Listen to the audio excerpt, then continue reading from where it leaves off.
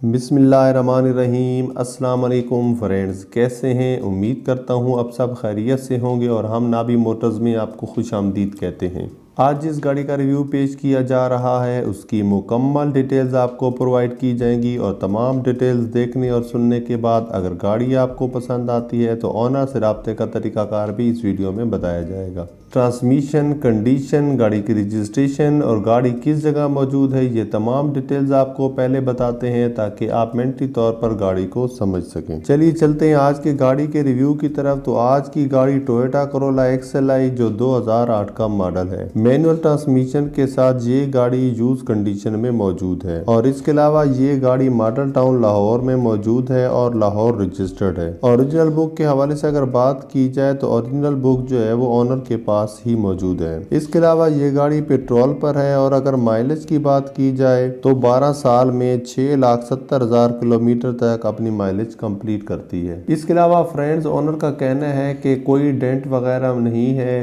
ये दो साइड से शावर्ड है।